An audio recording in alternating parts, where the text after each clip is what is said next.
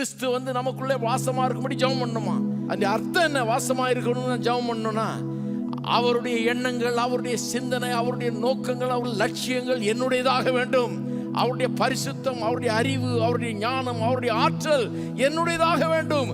இப்படி விசுவாசத்தினாலே கிறிஸ்து எனக்குள் வாசம் பண்ண வேண்டும், என்னை வந்து நிரப்ப வேண்டும். எத்தனை பேர் ஜெபம் பண்ண ஆரம்பிச்சிட்டீங்க? கொஞ்ச நாள்ல பாருங்க எப்படி இருப்பீங்க. ஆளை வேற மாதிரி ஆயிடுவீங்க. ஏன்னா நிரப்பிடுவாரு.